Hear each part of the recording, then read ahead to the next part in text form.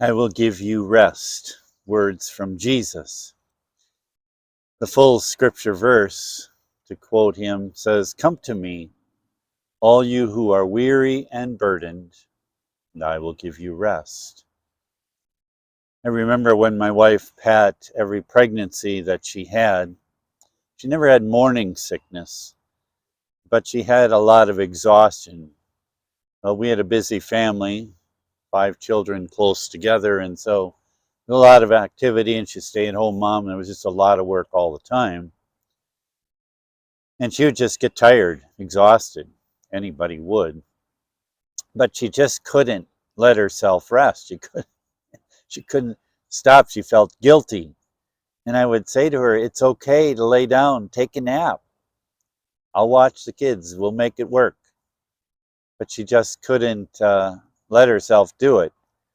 Occasionally, she just felt like, okay, it is okay. I'm kind of giving her permission. She grew up with a stepmom that always called them lazy.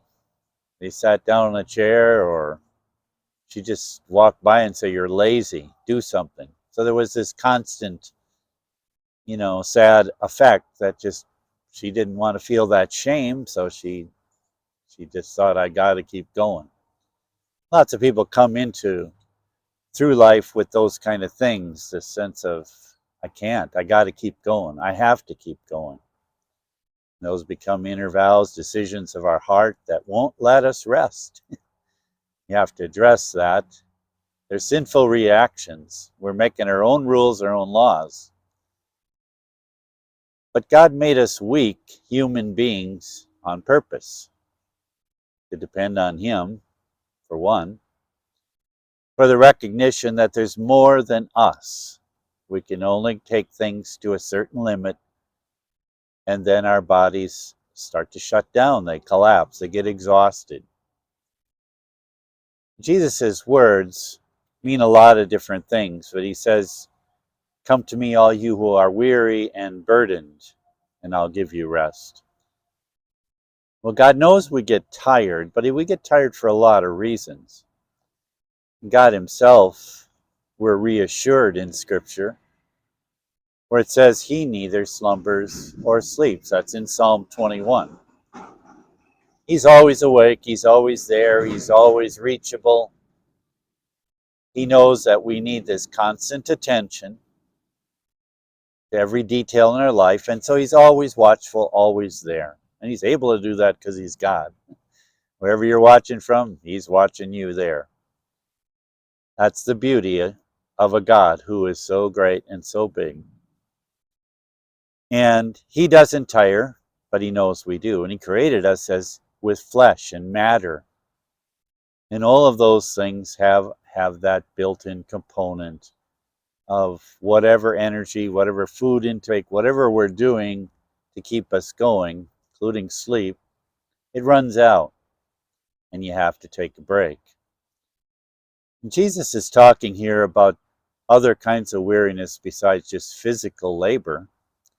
Jesus here is talking about relief from burdens, from heaviness, that is also spiritually refreshing. There's something our hearts need, as well as our body, in the kind of rest that Jesus says, "I've come to give you." It's a rest that comes from Jesus Himself. "Come to me, and I'll give you rest." That's beautiful, that's powerful, and that's a blessing. But Jesus was telling the people that were listening to Him that He understood the burden. He understood the burden of the laws, all the laws, lots of laws, 613 laws that they'd been trying to follow. And their leaders, the priests, were constantly pushing them and bringing them up. "Are you doing this? Are you not doing that? And you better be doing this. You better be doing that." And fortunately, we don't have all those laws. We only have a few. But Jesus knew and understood what a burden that was. And how often they felt guilty, because they were always made to feel guilty, because who could possibly measure up? Who could possibly successfully do it all. And so there was a lot of burden of guilt, and that's a heaviness to our hearts. And people can walk around today, you and I, with a lot of guilt. And we don't really recognize and know how that really is a heavy weight upon us. It weighs us down. And that's why Jesus and the cross, we see that scripture that says he's the lifter of my head. He is the way to lift that off of our shoulders. The burden of our guilt is what he took to the cross. All sin, all heaviness, lifted by what he did on the cross. We simply bring it to him, we ask forgiveness, and he lifts it. But there's another kind of burden which led me to making this video that occurred to me at one point not too long ago, and I'd just like to talk about that for a moment. So there's also the burden of the cross we carry. Now, crosses do not necessarily mean suffering. They can, but it has to do with the engagement that God has with us, where he asks us, will you do this for me? Will you do that for me? You have the gifts to do it. You have the talents to do it. I've placed them in you. It's my will for you to do this because I created you with those resources. Not everybody can be president of the United States. Not everyone can be a pope. All of these, CEOs of huge conglomerates, they all have resources. God knows what you can do, he knows what you can't do. But he's often asking us to do things. And the things that, just to use myself as an example, our children are grown. We have grandchildren and we tend to them occasionally, but I have never stopped working. I've been retired for a while, but God hasn't stopped asking me to do things. As long as I have energy and health, he keeps asking me, and he'll say, will you do this? Will you do that? I write books. I'm working on another book right now. I put together these YouTube videos. I give talks. We put on schools. We do prayer ministry with sometimes 6 people a week. Hour-long, hour-and-a-half-long sessions. That on top of every other thing that we have. We garden, we have all the chores, you have all kinds of other stuff to do. We all have busy lives. But doing the will of God, doing what he asks us to do, can get tiring. It can get wearisome. And we see this even in the scripture. We see, I forget the prophet's name, but he just gets so tired, he just sinks down and he's just exhausted. And God said, sleep. And when he wakes up, there's food to eat. He's refreshing him and strengthening him. The task isn't over. But that's the kind of thing that the Lord wants to lift off of us. Some of the weariness and heaviness that comes to us in the burdens that he sometimes gives us to carry, things to carry out and do. It's sort of that image of the shepherd that we see in paintings with a lamb on his shoulders. And Jesus is capable of carrying us and the weariness and the burdens. Are you carrying a burden? I remember I was on retreat, and I was just tired. I needed a retreat where I could just rest and refresh. Slowed way down, just kind of, but I still was carrying and felt like I was carrying the weight of all of this different stuff. And it was just burdensome, felt heavy. And within, as God speaks to me, just in my thoughts, says, you can give that burden to me. I'll carry it. Yes, we've tasked you with this, but we want you to rest. Just give that weight. Give the burden of all of that to me. And I thought, I can do that? And so I did. I took all the things that were going through my mind still that I couldn't quite settle down. still on my mind, still thinking about, still the heaviness, the cross, the weight of all of that, getting it done, doing it. I said, okay, Jesus, take this weight off of my shoulder of all of the tasks you've given me to do. Just take them. And it felt like concrete on me, like the weight. Have you ever lifted anything concrete? Concrete blocks are really heavy. I just felt like concrete weight was just lifted off of me, and I suddenly felt lighter. It was a real thing. I mean, I felt it. Are you feeling heavy? Is the cross you're carrying feel really heavy? Weighted down? Feels like you're carrying around a concrete block and you just would like to set it down. Pray with me. Just repeat after me, Jesus. You've asked me to do this. I don't have a choice, it seems, but it's heavy. It's a weight. I give it to you now. Would you lift it off of my shoulders? Just say that, Jesus, lift it off of my shoulders and put it on your shoulders. Carry it like that lamb on the shepherd's shoulder. Let it lift off. He's taking it.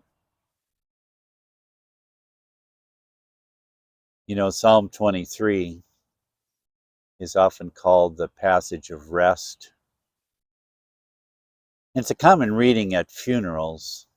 It's a picture of God almost requiring or asking people, but wanting them to rest. But he provides it. And it's the imagery of a shepherd, what he does to help the sheep find refreshment and rest. It's really the sheep's story. David writes this psalm from the perspective of the sheep, and he sees himself as a sheep.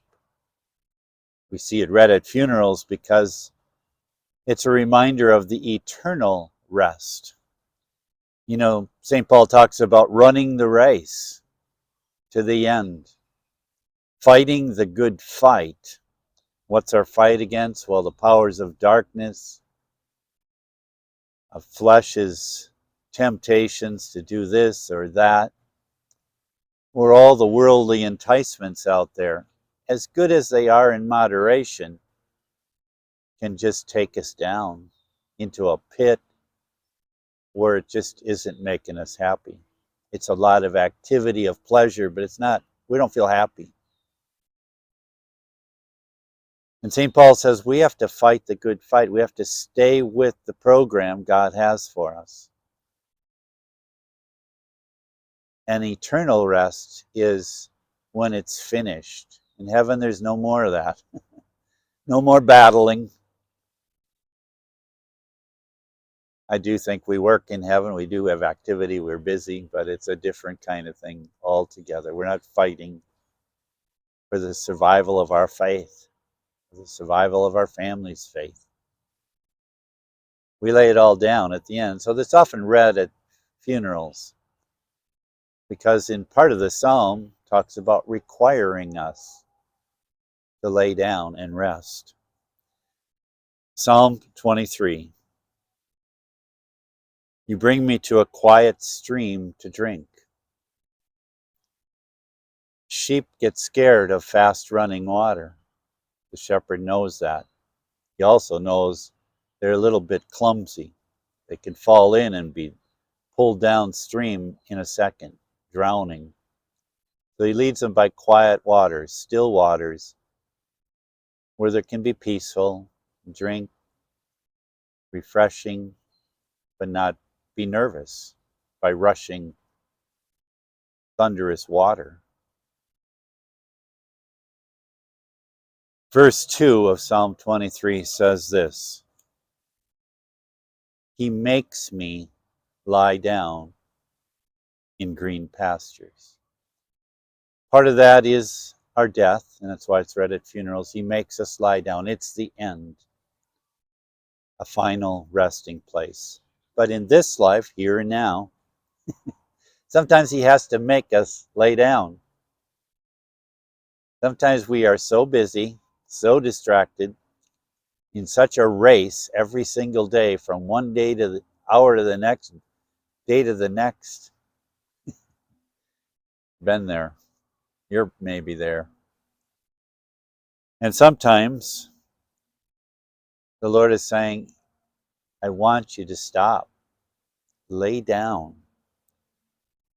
And we lay down like the sheep lay down in a green pasture, effortless. The food's right there. They're laying down, they're eating. It's a restful place. Don't have to work to get their food, walk to get it. They're there. The Lord knows your needs. And sometimes He compels us to stop to rest. He knows we need it. He doesn't want us burnt out, struggling. He wants you in this for the long haul. Father, help us all to enter that rest that you have for us. Jesus, you said you've come to bring it. Come to give us that rest. Jesus, would you do that for us now? Bring us to rest. Help us to listen and obey you when you say, stop, just rest. Thank you for joining me. Hope to see you again.